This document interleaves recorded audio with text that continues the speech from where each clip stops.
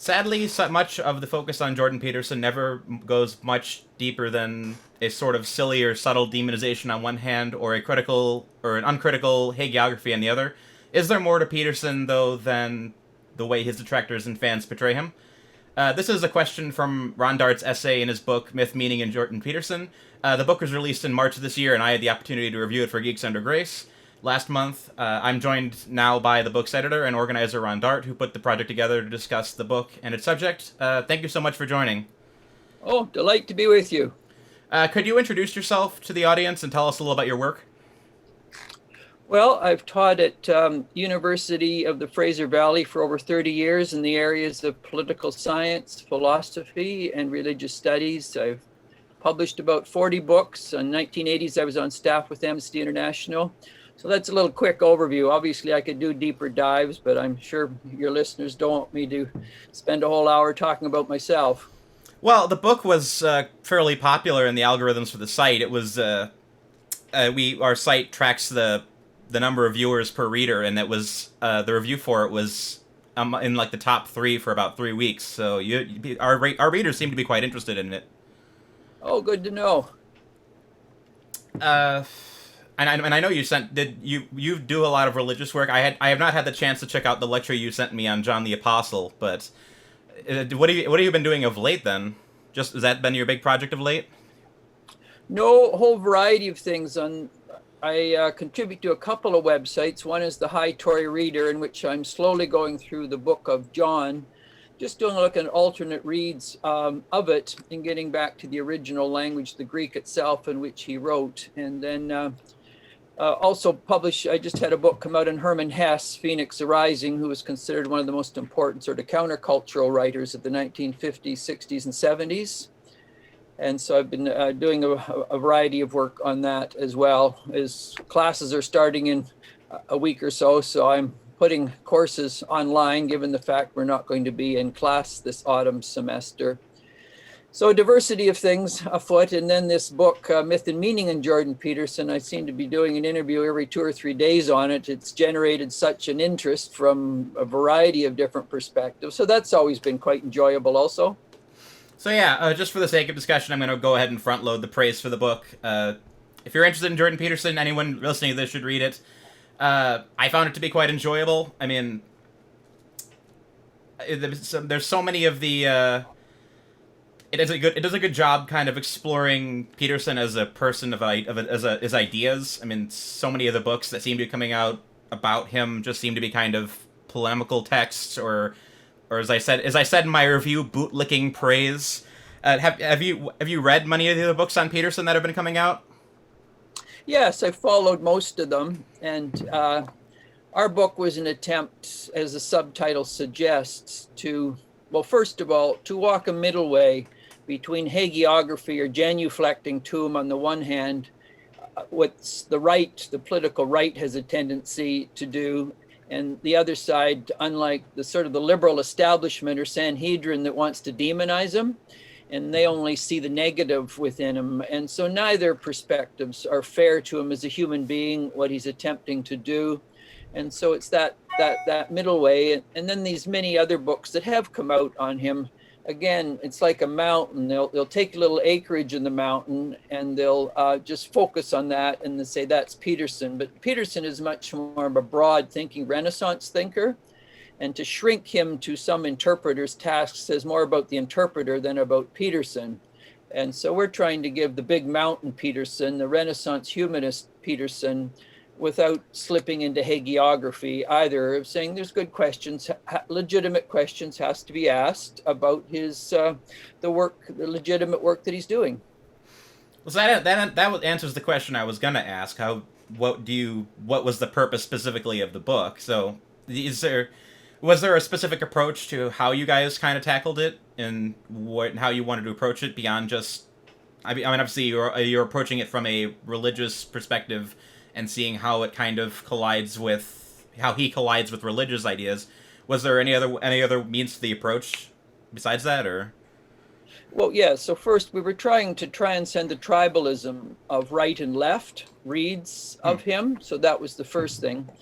Secondly, we were trying to give a nuanced approach to his inching towards a Christian perspective, particularly when he turned to his lectures on Genesis and did his unique mythic read in that sense of the text, which is it goes beyond a simple literal, grammatical, historic read of Genesis.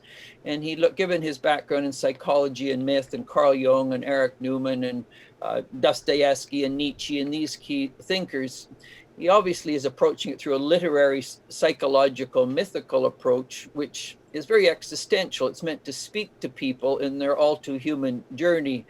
And so the various articles also try and be broadly ironical. We have people coming from different ideological backgrounds, which claim to be Christian, different denominational backgrounds, but they were all interested in Peterson's social and public significance, but they're approaching it in very, very different ways. But I think in many ways, like pieces of a puzzle, they fit together nicely. And my role as editor of the book was to have the big puzzle before me and see how each article was a piece of the puzzle, and then hopefully the puzzle looks complete and comprehensive and people can make sense of it.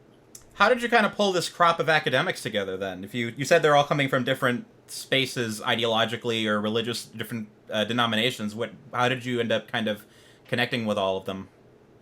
Well, half the contributors are former students of mine who I've been teaching at particular university I'm at here for over 30 years, and I've never had more students keen on a public intellectual than Peterson, asked to do essays, presentations, many of them who left their Christianity quite early because of some conservative evangelical or fundamentalist background, have found Peterson quite attractive and evocative in drawing them back. And so a few of the essays are from former students who are quite drawn to Peterson in terms of reviving a deeper longing in their faith journey, and found that Peterson provided the banquet to eat from. Others were a variety of Americans who were coming, like Esther O'Reilly was very interested in the humanist tradition of Peterson. Others were interested in the broader worldview. Some are coming from the soft right politically. Others from a variety of other political aspects, some more political, some less political.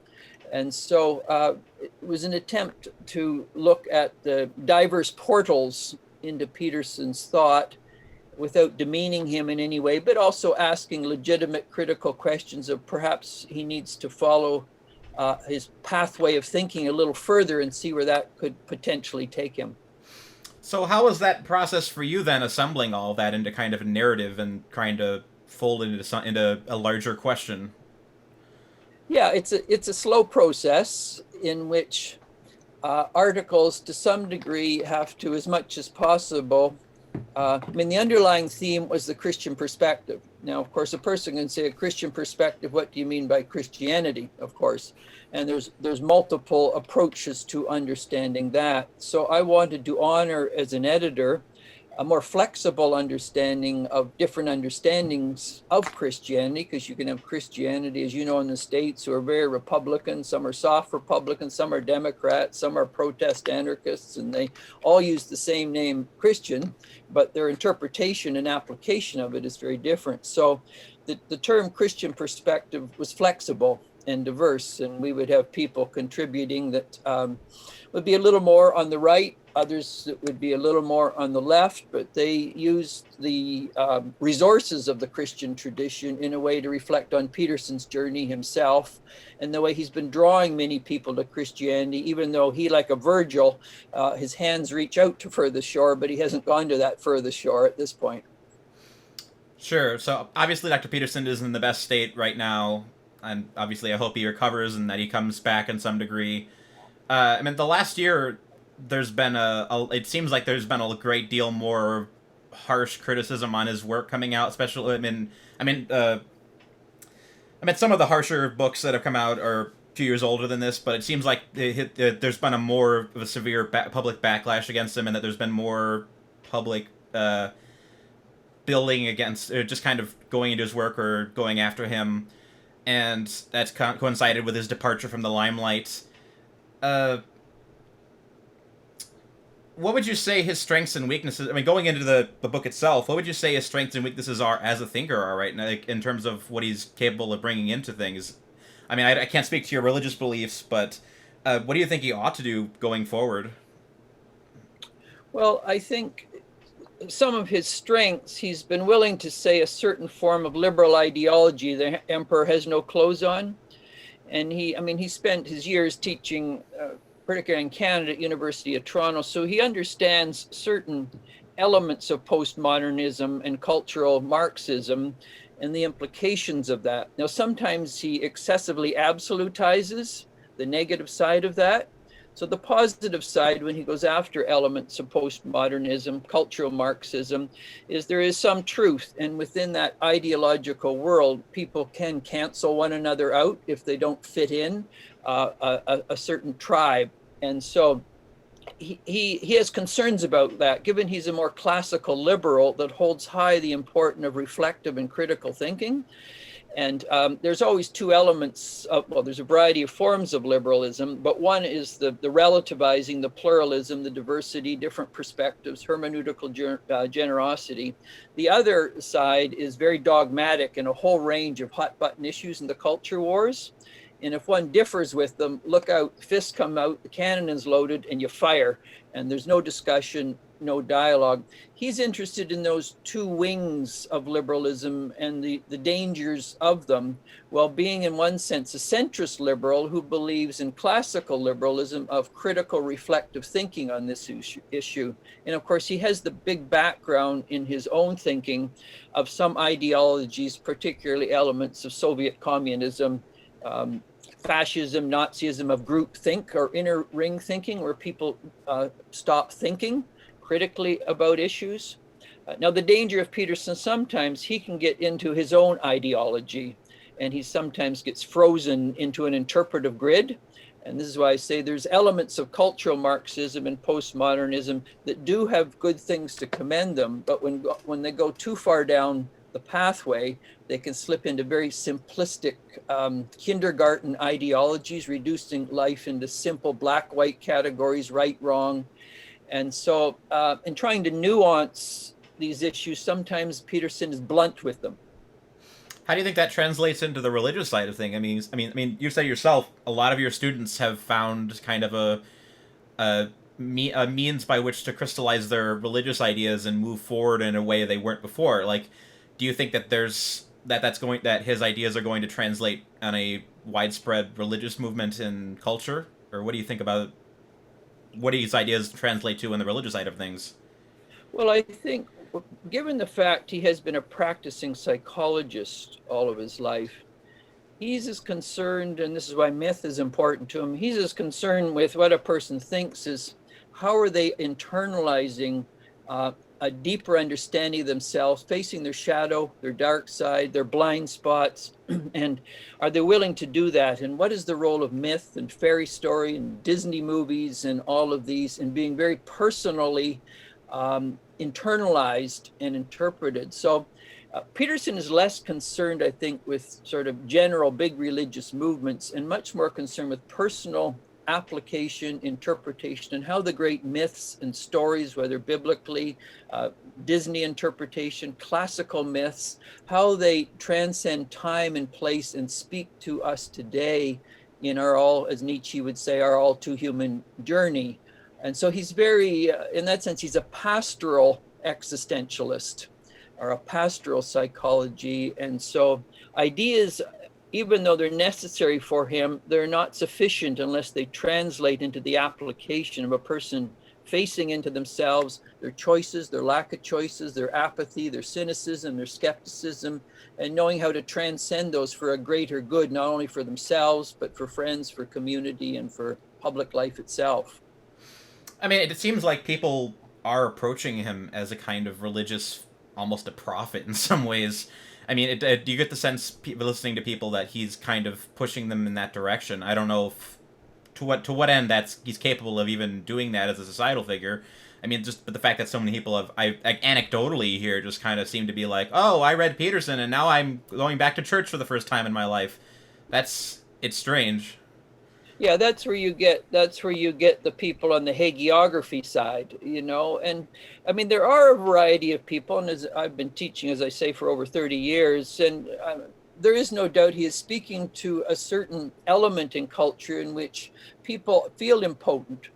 They feel paralyzed, and they're not sure what to do with themselves. They're not sure the next step in the journey, and he comes as a sort of a wake-up call, basically saying, who you think you are not, and there's deeper choices that need to be made and deeper depths a person has to go into so that in fact they come alive in their life journey. And I could tell you many stories of people who are on the verge of, say, suicide, and just feeling they were going nowhere in life. And it's been a clarion call for Peterson, that has basically said, I've given up too early, I'm quitting too soon, and there is a big path before me, and I have to come up to the challenges before me. And of course, any great myth is about the agon, or the struggle we all must engage in to become more fully who we're meant to be. And people who shrink from challenges or difficulties inevitably shrink as a human being. And all the great myths are about, yes, there is the agon. It comes in different ways, internally and externally.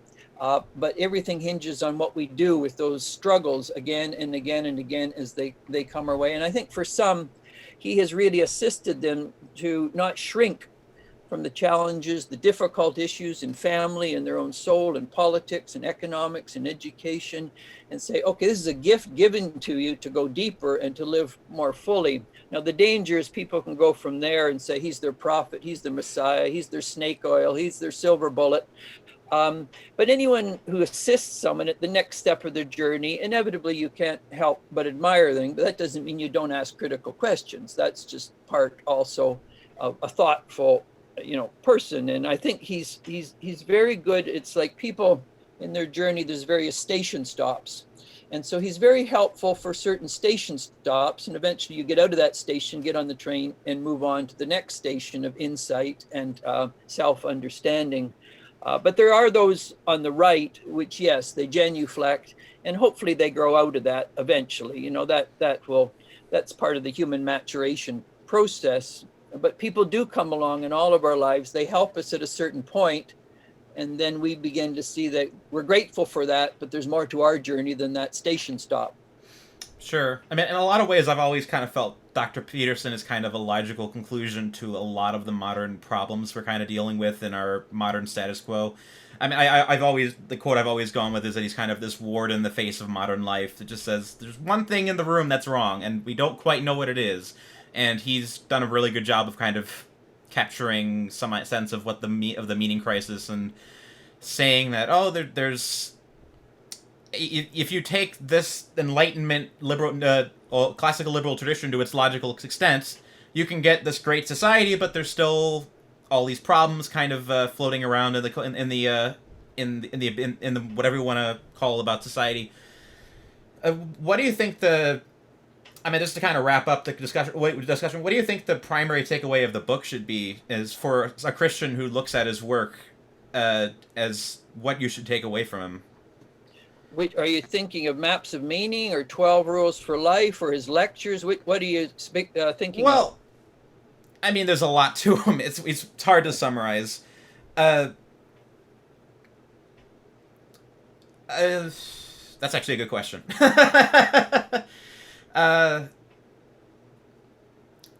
What do you think the Christian looking at the miasma of his work should maybe I should just say his body of work should take away from it? Is that a good summary? Yeah, big question. We could work on that. I could go over that for hours. Yeah, we could massage that for a few hours, but it's a good, lovely question. Yeah, a lot of it depends on a particular Christian's understanding of Christianity. You have some people coming from Christianity with, say, a very literal understanding of, say, the Bible. Okay, he's going to nudge them to say, don't stop there. Okay, there's layered ways of reading the text. So in the Christian tradition, there are 6 levels of reading any text. he would move people beyond just fighting over the literal grammatical, or say in Genesis, young earth creation or something. Does each day equal, a literal day? He would say, you've missed the whole meaning of the text. That's not what Genesis is. It's the beginning of all great myths of chaos and order, and he'll massage those from a mythic psychological, as the early church did. None of the early church ever read Genesis in a literal way. So if people are coming from a more conservative evangelical background, or Noah's Ark and the flood, some people will fight over, can you find the Ark and Ararat? We can't. Is the Bible valid? He would say that's not even the point of the story. It's what does it mean existentially and personally. So for those who are too literalists or too reformed or too evangelical in a certain way, he would come as a critic of saying, okay, I honor the text, but your approach to the text and interpreting it and applying it is highly problematic. From a secularist perspective, in which you want nothing to do with, say, the Bible or Christian tradition, he would say that's very reductionistic. Okay, and so that simple split between sacred and secular, he's trying to integrate them again. And so, when you're thinking of how should Christians view, I guess my question would be, what type of Christian? Because Christianity is a very diverse phenomena of thoughtful people on the right, the center, the left, people more interested in the mystical side, some more political. And so there's a whole range of pathways in that, but there's no doubt he's played a significant role publicly. And probably in one way, he's more significant as a Christian apologist, even though not Christian, than many who see themselves as Christian apologists who are not really speaking to their culture. He has a unique way of addressing the malaise of our time, the disorientation, the lack of maps of meaning, i.e. his big tome, in a way, speaking to our culture in a way that a lot of people who see themselves as evangelists or apologists are just not speaking to their culture. He knows inside that culture very well because he's lived it, like sort of Daniel in the lion's den or something, he comes out, he can come out and articulate what the issues are, both within the broader culture very, very well. But also the interesting thing is, why does he speak to certain Christians? Because he's addressing their own, I think, lack of deeper understanding of their faith, the lack of a meaningful grasp of Christianity, and saying, go further down that journey. And this is the path he hasn't walked it, but he points to where the path goes and the destination, if followed faithfully, earnestly, and with some sort of genuine integrity. Yeah, I mean, I was taken aback by the quote that I think it was in Esther's essay. I forget which one, but it was the Jonathan Pageau quote where Pageau quoted him as saying, "It's terrifying to think that these stories might actually be true," and Yes. that kind of struck me as a fascinating take, where it's you kind of have this thinker who's obviously he's a psychologist, he's a scientist, and he doesn't necessarily believe that they're true, but he definitely senses what the core of the text is, and he thinks, wow, this could actually kind of extend into the real life. All this stuff that we've so long kind of disregarded culturally, there could be some truth to that. And it's fascinating that he kind of comes to that conclusion at the end of all the stuff. Well, it's like you have your poster Star Wars in the background. Now, obviously, Star Wars isn't historically true. We don't meet Jedis every day, and all the creatures in Star Wars. It's not historically true, but myth is a perennial truth wrapped in the garments of a story. And so the various versions of Star Wars, they carry forth constant perennial truths. Even near the end, you get Luke Skywalker cynical. He's tried to do what's right. He's been betrayed. His idealism has floundered. He isolates himself. And that's a tendency of any idealist when things don't work out the way they hope. They isolate themselves, they become cynical. So they have all the gifts, but because they have not dealt with their own internal process of cynicism, skepticism, they retreat from the fray. And he needs someone to come with a lightsaber, which is really just Excalibur, from King Arthur and the Knights of the Round Table. And basically, the woman who comes and says, you got to deal with your issues internally. You have to overcome the cynicism. And if you don't, your gifts are never going to be used. And the bigger issues that we're facing are not going to be dealt with. And many of the main characters constantly hit those crossroads of life. Will they go down a dark path? Will they go light? Will they be paralyzed? Will they stay at the crossroads? And so the great myths in Star Wars from its first to its last are perennial truths that, even though not historically true, some people say if something's not historically true, therefore it's not true. Well, that's itself a distortion of what myth's all about in terms of what it speaks to the soul and society. This is why Star Wars have become probably one of the great classic myths of the latter half of the 20th century and into the 21st. So Peterson works on all of those things as well. Sure. I was not expecting to get into a discussion of Star Wars to end things with the discussion, but that's kind of a fun note to go out on. I appreciate the time and getting to talk to you about all this. It's a rabbit hole if there ever was one.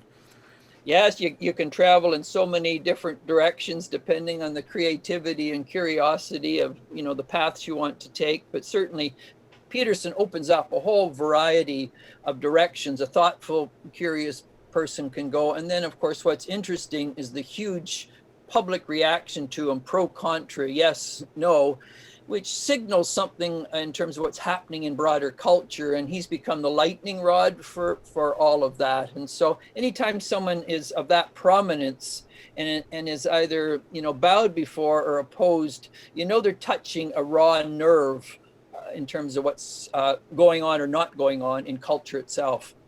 Sure. So that's all I have question-wise. I thank you so much for your time. I got to thank Esther O'Reilly, too, our mutual friend, for setting this up.